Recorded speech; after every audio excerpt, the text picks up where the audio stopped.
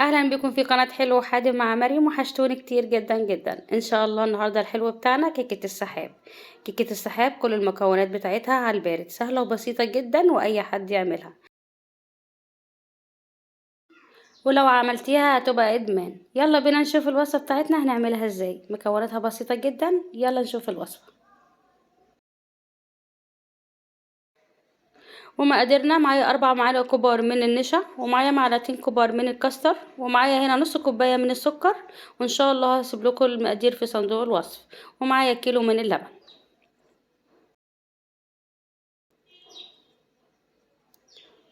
اشيل بس كده الحاجات من قدامي. وهنجيب الحلة بتاعتنا وهنضيف فيها اللبن. ده كيلو من اللبن ويكون مغلي وبارد.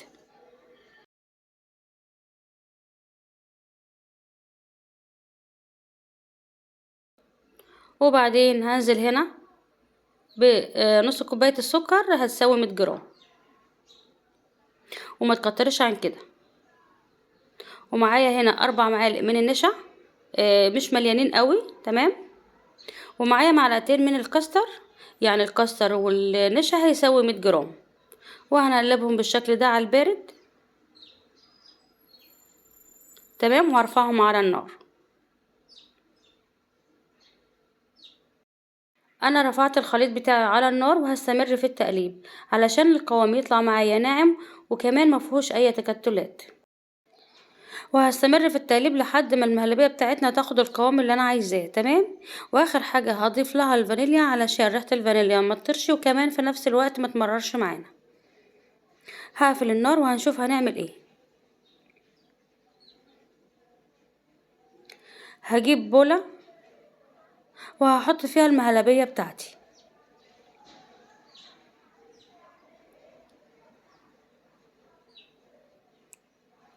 وهجيب كيس تلاجة حسب المتوفر عندك، ما تشغليش بالك بأي حاجة، تمام. هغطيها واخليها تبرد شوية، او تحطيها لمدة ساعة في التلاجة لحد ما تبرد.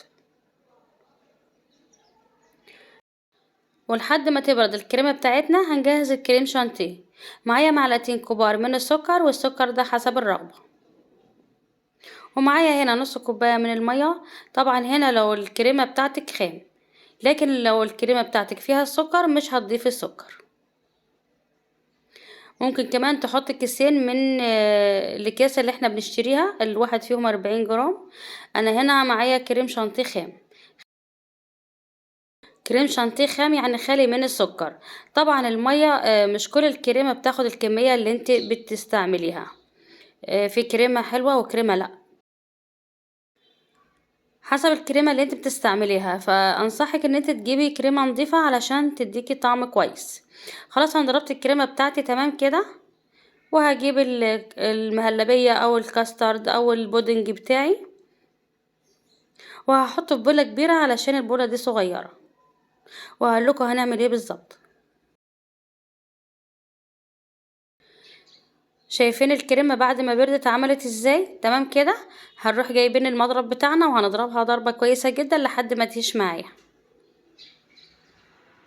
عاملة زي ايه، زي البودنج بالظبط، تمام كده. شايفين؟ تحفة. وهنجيب بالتدريج كده هنضيف لها الكريم شانتيه اللي احنا ضربناه مع بعض دلوقتي. كل ما بيختفي بنحط لحد ما نخلص الكمية بتاعتنا كلها. او ممكن كمان عشان تحافظي على الهواء تعمليها بالمضرب باليدوي، مفيش مشكلة خالص. كده خلاص انا خلصت الكمية بتاعتي. شايفين القوام بتاعها؟ عايزه اقول لكم طعمها خطير جدا. انا خلصت اهو، تمام. وهنشوف الخطوة اللي بعدها. انا هنا معايا بسكوت، طبعا الكمية اللي انت عايزاها. انا معايا بسكوت سادة ومعايا لبن هنا للتسقية. بجيب قالب بايركس او كمان عندك تحطها في بولات حسب المتوفر عندك، ما تشغليش بالك باي حاجة خالص. بسقي البسكوت بالشكل ده بسيط جدا. وبخلص الطبقة الاولى، وهنحط من الكريمة اللي احنا عملناها دي الطبقة التانية، وهفردها كويس على كل البسكوت. وبعد كده هحط طبقة كمان من البسكوت مرة تاني.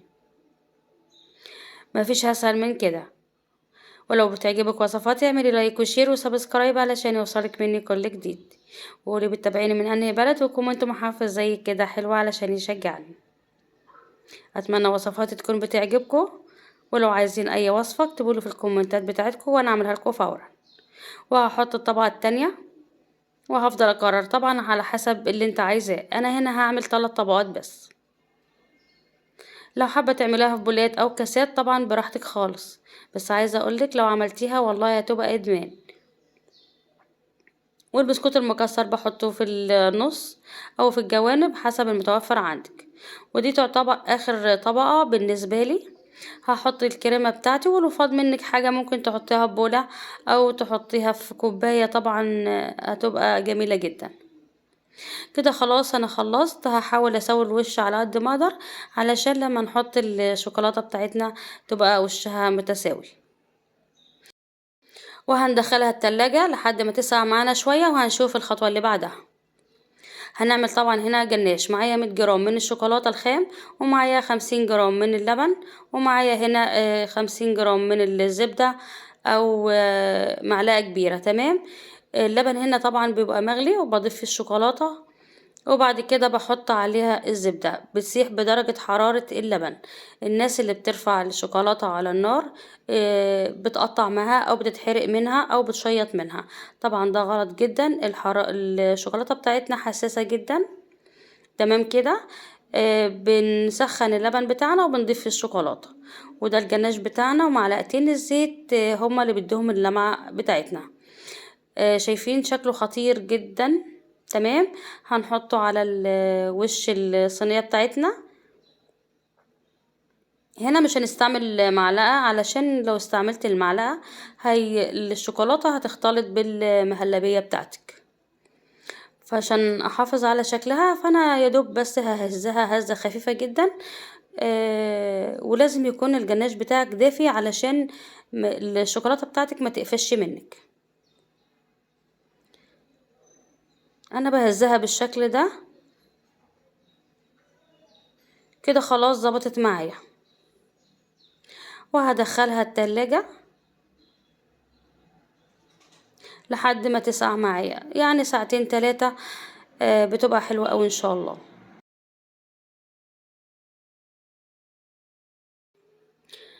وكمان فاضوا مني شوية، عملتهم هنا في البولتين. تمام كده.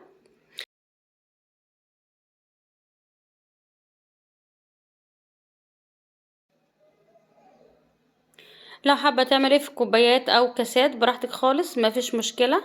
لو مش متوفر عندك البايركس. شايفين شكلهم لذيذ جدا. هدخلهم التلاجة لمدة ساعة او 2، او حتى عند التقديم، وبعد كده هرجع لكم. انا خلاص هقطع الكيكة بتاعتي. طبعا كيكة لا فرن ولا بيض ولا اي حاجة خالص، مفيش اسهل من كده، كلها على البارد. وعايزة اقول لكم طعمها يجنن. هوريكم دلوقتي هي جميلة قد ايه. بسم الله الرحمن الرحيم. ايه ده، حاجة تحفة. جربوها ان شاء الله هتعجبكم. هنشوف واحدة تانية.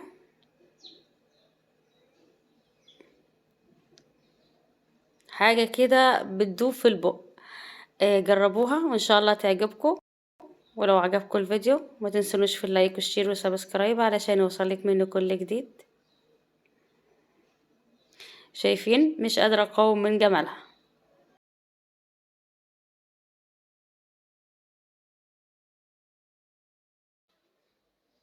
بجد الكيكة دي مش طبيعية. جربوها وهتكون عندكم ادمان. ودلوقتي اقول لكم باي باي، واشوفكم على خير ان شاء الله في فيديو جديد.